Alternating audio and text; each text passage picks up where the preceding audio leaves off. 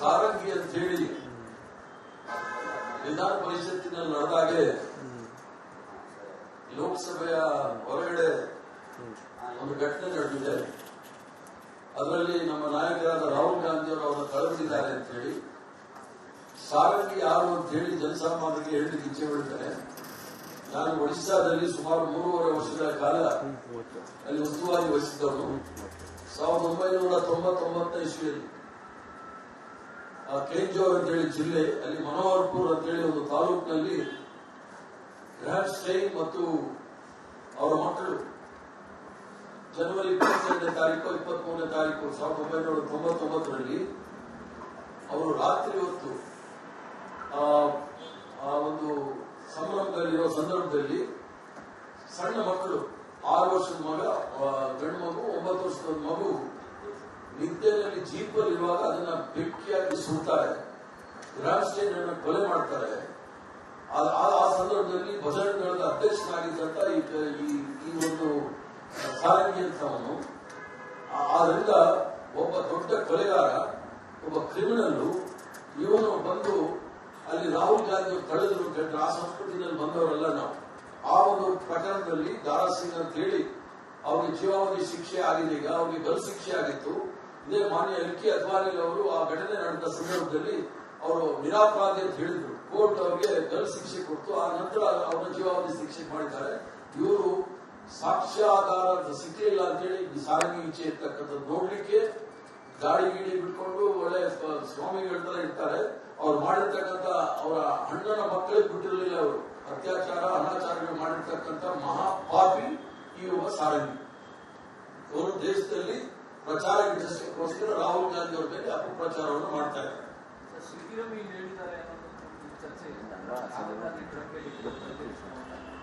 ಈಗ ಅದಕ್ಕೆಲ್ಲ ನಾವು ತಲೆ ಕೆಡಿಸ್ಕೊಳ್ಳೋದಿಲ್ಲ.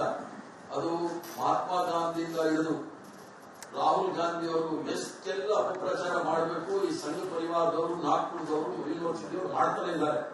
ಅದಕ್ಕೆಲ್ಲ ನಾವು ಉತ್ತರ ಕೊಡೋದಿಲ್ಲ. ಆದ್ರೆ ಅವ್ರಿಗೆ ಗೊತ್ತಿಲ್ಲ. ಯಾಕಂದ್ರೆ ಅವರೆಲ್ಲ ಭಾರತ ಸಂಘ ಪರಿವಾರದಲ್ಲಿ ಇರೋರೆಲ್ಲ ಅಂತವ್ರೆ.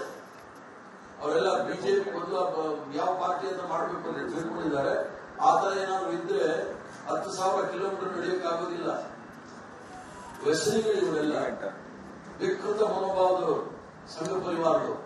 ಆದ್ರಿಂದ ಇವರಿಗೆ ನೆಹರು ಮೇಲೆ, ಗಾಂಧಿ ಮೇಲೆ, ಇಂದಿರಾ ಗಾಂಧಿ ಮೇಲೆ, ರಾಜೀವ್ ಗಾಂಧಿ ಮೇಲೆ, ಸೋನಿಯಾ ಗಾಂಧಿ ಮೇಲೆ, ರಾಹುಲ್ ಗಾಂಧಿ ಮೇಲೆ ಈಗ ಅಂಬೇಡ್ಕರ್ ಅವರು ಇಟ್ಕೊಂಡ್ಬಿಟ್ಟಿದ್ದಾರೆ. ಯಾಕಂತ ಹೇಳಿದ್ರೆ ಅಂಬೇಡ್ಕರ್ ಅವರ ವಾದವನ್ನ ನಾವೇನು ಪ್ರತಿಪಾದನೆ ಮಾಡ್ತಾ ಇದ್ದೀವಿ ಈಗ ಅದರ ವಿರುದ್ಧವಾಗಿ ಅಂಬೇಡ್ಕರ್ ಅವರು ಸಹ ಮಾಡಲಿಕ್ಕೆ ಪ್ರಯತ್ನ ಮಾಡ್ತಾ ಇದ್ದಾರೆ. ಇದು ಬಹಳ ಕ್ಯಾಲಿಕ್ಯುಲೇಟಿವ್ ಸ್ಟೇಟ್ಮೆಂಟ್, ಅಂದ್ರೆ ಬಹಳ ಯೋಚನೆ ಮಾಡಿ ಲೆಕ್ಕಾಚಾರ ಹಾಕಿ ಮಾಡಿರ್ತಕ್ಕಂಥ ಸ್ಟೇಟ್ಮೆಂಟ್. ಇದು ಬಾಯಿ ತಪ್ಪು ಹೇಳಿರ್ತಕ್ಕಂಥದ್ದೆಲ್ಲ ಅಮಿತ್ ಶಾ ಅವರು ಹೇಳಿಕ್ಕೆ ಒಂದು ವರ್ಗ ಅವರಿಗೆ ಅವರಿಂದ ದೂರ ಹೋಗುತ್ತೆ ಅಲ್ವಾ? ಇಲ್ಲ, ಅವರಿಗೆ ಈ ವರ್ಗದ ಇದೇ ಇಲ್ಲ, ಅಗತ್ಯನೇ ಇಲ್ಲ. ಅವರಿಗೆ ಭಾರತೀಯ ಜನತಾ ಪಾರ್ಟಿ ವರ್ಗ ಏನಿದೆ ಮೇಲ್ವರ್ಗದವರ ಪಕ್ಷ ಅದು. ಅವರಿಗೆ ಕೆಳವರ್ಗದವರು ಬೇಕಾಗಿಲ್ಲ. ಅವ್ರನ್ನ ಶೂದ್ರರನ್ನ, ಅತಿ ಶೂದ್ರರನ್ನ, ಅಲ್ಪ ಸಾರಂಗಿ ಅಂತ ಹೇಳಿ ವಿಧಾನ ಪರಿಷತ್ತಿನಲ್ಲಿ ನಡೆದಾಗೆ ಲೋಕಸಭೆಯ ಹೊರಗಡೆ ಒಂದು ಘಟನೆ ನಡೆದಿದೆ.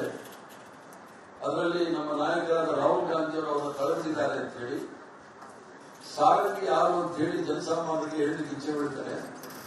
ನಾನು ಒಡಿಶಾದಲ್ಲಿ ಸುಮಾರು 3.5 ವರ್ಷಗಳ ಕಾಲ ಅಲ್ಲಿ ಉಸ್ತುವಾರಿ ವಹಿಸಿದ್ದವನು. 1999 ಇಸ್ವಿಯಲ್ಲಿ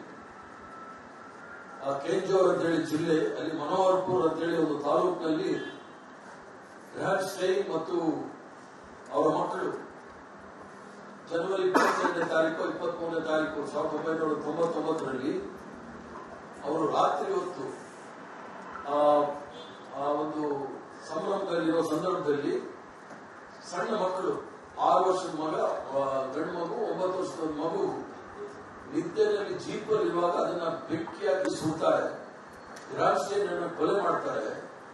ಆ ಸಂದರ್ಭದಲ್ಲಿ ಭಜನೆಗಳ ಅಧ್ಯಕ್ಷನಾಗಿದ್ದಂತ ಈ ಒಂದು ಸಾರಂಗಿ ಅಂತವನು, ಆದ್ರಿಂದ ಒಬ್ಬ ದೊಡ್ಡ ಕೊಲೆಗಾರ, ಒಬ್ಬ ಕ್ರಿಮಿನಲ್, ಇವನು ಬಂದು ಅಲ್ಲಿ ರಾಹುಲ್ ಗಾಂಧಿ ಅವರು ಕಳೆದ್ರು. ಆ ಸಂಸ್ಕೃತಿಯಲ್ಲಿ ಬಂದವರೆಲ್ಲ ನಾವು. ಆ ಒಂದು ಪ್ರಕರಣದಲ್ಲಿ ದಾರಾ ಸಿಂಗ್ ಅಂತ ಹೇಳಿ ಅವ್ರಿಗೆ ಜೀವಾವಧಿ ಶಿಕ್ಷೆ ಆಗಿದೆ. ಈಗ ಅವ್ರಿಗೆ ಗಲ್ಲು ಶಿಕ್ಷೆ ಆಗಿತ್ತು. ಇದೇ ಮಾನ್ಯ ಎಲ್.ಕೆ. ಅದ್ವಾನಿ ಅವರು ಆ ಘಟನೆ ನಡೆದ ಸಂದರ್ಭದಲ್ಲಿ ಅವರು ನಿರಾಪರಾಧಿ ಅಂತ ಹೇಳಿದ್ರು. ಕೋರ್ಟ್ ಅವರಿಗೆ ಗಲ್ಲು ಶಿಕ್ಷೆ ಕೊಟ್ಟು ಆ ನಂತರ ಅವ್ರನ್ನ ಜೀವಾವಧಿ ಶಿಕ್ಷೆ ಮಾಡಿದ್ದಾರೆ. ಇವರು ಸಾಕ್ಷ್ಯಾಧಾರ ಸಿಕ್ಕಲಿಲ್ಲ ಅಂತೇಳಿ ಸಾರಿಗೆ ಈಚೆ ಇರ್ತಕ್ಕಂಥದ್ದು ನೋಡ್ಲಿಕ್ಕೆ ಗಾಡಿ ಗೀಡಿ ಬಿಟ್ಕೊಂಡು ಒಳ್ಳೆ ಸ್ವಾಮಿಗಳ ತರ ಇರ್ತಾರೆ. ಅವ್ರು ಮಾಡಿರ್ತಕ್ಕಂಥ ಅವರ ಅಣ್ಣನ ಮಕ್ಕಳಿಗೆ ಬಿಟ್ಟಿರಲಿಲ್ಲ. ಅವರು ಅತ್ಯಾಚಾರ ಅನಾಚಾರಗಳು ಮಾಡಿರ್ತಕ್ಕಂಥ ಮಹಾಪಾಪಿ ಈ ಒಬ್ಬ ಸಾರಂಗಿ. ಅವರು ದೇಶದಲ್ಲಿ ಪ್ರಚಾರ ಗಿಟ್ಟಿಸಲಿಕ್ಕೋಸ್ಕರ ರಾಹುಲ್ ಗಾಂಧಿ ಅವರ ಮೇಲೆ ಅಪಪ್ರಚಾರವನ್ನು ಮಾಡ್ತಾ ಇದ್ದಾರೆ.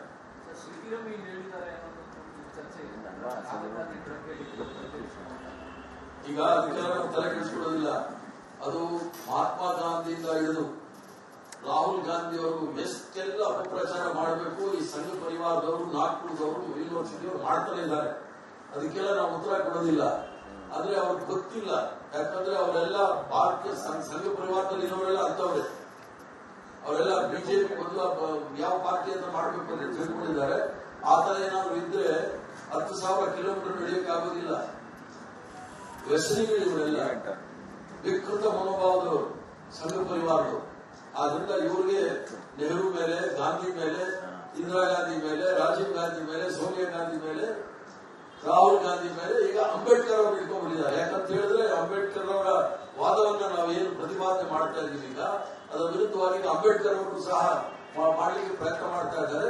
ಇದು ಬಹಳ ಕ್ಯಾಲಿಕ್ಯುಲೇಟಿವ್ ಸ್ಟೇಟ್ಮೆಂಟ್, ಅಂದ್ರೆ ಬಹಳ ಯೋಚನೆ ಮಾಡಿ ಲೆಕ್ಕಾಚಾರ ಹಾಕಿ ಮಾಡಿರ್ತಕ್ಕಂಥ ಸ್ಟೇಟ್ಮೆಂಟ್. ಇದು ಬಾಯಿ ತಪ್ಪು ಹೇಳಿರ್ತಕ್ಕಂಥದ್ದಲ್ಲ. ಅಮಿತ್ ಶಾ ಅವರು ಹೇಳಿಕೆ ಒಂದು ವರ್ಗ ಅವರಿಗೆ ಅವರಿಂದ ದೂರ ಹೋಗೋದಕ್ಕೆ ಅಲ್ವಾ?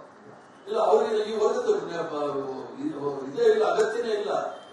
ಅವರಿಗೆ ಭಾರತೀಯ ಜನತಾ ಪಾರ್ಟಿ ವರ್ಗ ಏನಿದೆ ಮೇಲ್ವರ್ಗದವರ ಪಕ್ಷ ಅದು. ಅವರಿಗೆ ಕೆಳವರ್ಗದವರು ಬೇಕಾಗಿಲ್ಲ. ಅವ್ರನ್ನ ಶೂದ್ರರನ್ನ, ಅತಿ ಶೂದ್ರರನ್ನ, ಅವಕಾಶನೇ ಕೊಟ್ಟಿಲ್ಲ ಸಭಾಪತಿಯವರು. ಅವರ ಹಕ್ಕರು, ಅವರ ರೂಲ್ಸ್ ನಾವು ಕೇಳಿದ್ವಿ, ಕೊಡ್ತೀವಿ ಅಂತ ಹೇಳಿದ್ರು. ಆದ್ರೆ ಭಾರತೀಯ ಜನತಾ ಪಾರ್ಟಿಯವರು ಅದಕ್ಕೆ ಅವಕಾಶ ಮಾಡಲಿಕ್ಕೆ ಗದ್ದಲ ಎಬ್ಸಿ ಅದನ್ನ ನಿಲ್ಲಿಸಿದ್ರು. ಯಾಕಂದ್ರೆ ನಾನು ಅವಕಾಶ ಕೇಳಿದ್ರೆ ಅವಕಾಶ ಕೊಡ್ತೀನಿ ಎಲ್ಲರೂ ಮಾತಾಡಲಿಕ್ಕೆ ಅಂತ ಹೇಳಿದ್ರು. ಏಕಾಏಕಿ ಭಾರತೀಯ ಜನತಾ ಪಾರ್ಟಿಯವರು ಗದ್ದಲ ಆಗಿ ಸೃಷ್ಟಿಯಾಗಿ ಏನಾಯ್ತು ಅಂತ ಹೇಳಿ ಇತಿಹಾಸ ನಿಮಗೆಲ್ಲ ಗೊತ್ತಿದೆ.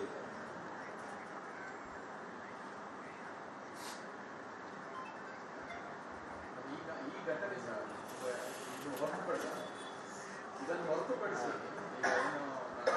ವಿಧಾನ ಪರಿಷತ್ತಲ್ಲಿ ಘಟನೆ ಆನಂತರ ಸಿಟಿರವರು ಗಮನ ಆಯಿತು. ಈಗ ಕೇಂದ್ರ ಸಚಿವರಾದ ಪ್ರಹ್ಲಾದ್ ಜೋಶಿ ಅವರು ಹೇಳಿದ್ದಾರೆ ಸಿಟಿರವಿ ಅವರು ಕರ್ಕೊಂಡೋಗಿ ಎನ್ಕೌಂಟರ್ ಮಾಡಬೇಕು ಅಂತ ಅನ್ಕೊಂಡಿದ್ದಾರೆ. ಸದ್ಯಕ್ಕೆ ತಪ್ಪಿದೆ ಇದೆಲ್ಲೋ ಕೇಂದ್ರ ಸಚಿವರು ಸ್ಟೇಟ್ಮೆಂಟ್ ಬಹಳ ದೊಡ್ಡ ಮಟ್ಟದ ಚರ್ಚೆ ಕೂಡ ಆಗಿದೆ. ಪ್ರಹ್ಲಾದ್ ಜೋಶಿ ಅವರು, ಅಮಿತ್ ಶಾ ಸಂತತಿಯವರು ದೇಶದಲ್ಲಿ ಫೇಕ್ ಎನ್ಕೌಂಟರ್ಗೆ ಹೆಸರುವಾಸಿ ಆಗಿದ್ದಂತ ಅಮಿತ್ ಶಾನ ಸುಪ್ರೀಂ ಕೋರ್ಟ್ ಗಡೀಪಾರ್ ಮಾಡಿತ್ತು ಗುಜರಾತ್ನಿಂದ. ಆದ್ರಿಂದ ಅಮಿತ್ ಶಾ ಅವರು ಏನು ಪಾಠ ಹೇಳಿಕೊಟ್ಟಿದ್ದಾರೆ ಅದನ್ನ ಇಲ್ಲೂ ಬಂದು ಹೇಳ್ತಾ ಇದ್ದಾರೆ. ಅವ್ರು ಮಾಡಬೇಕಾಗಿರೋದು ನಾವು ಮಾಡ್ತೀವಿ ಅಂತ ಹೇಳಿ ನಮ್ಮ ಮೇಲೆ ಆಪಾದನೆ ಮಾಡ್ತಾ ಇದ್ದಾರೆ.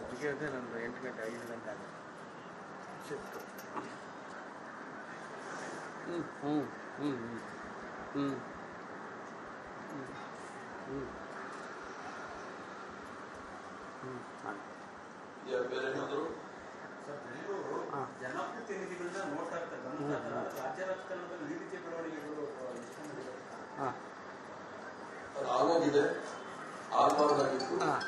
ಅದು ಸಹ ಮೇಲ್ಮನೆಯಲ್ಲಿ ಇಂಥ ಘಟನೆಗಳು ಮರುಕಳಿಸಬಾರದು. ಅದಕ್ಕೆ ನಾವೆಲ್ಲರೂ ಸಹ ಎಚ್ಚರಿಕೆ ವಹಿಸಬೇಕು.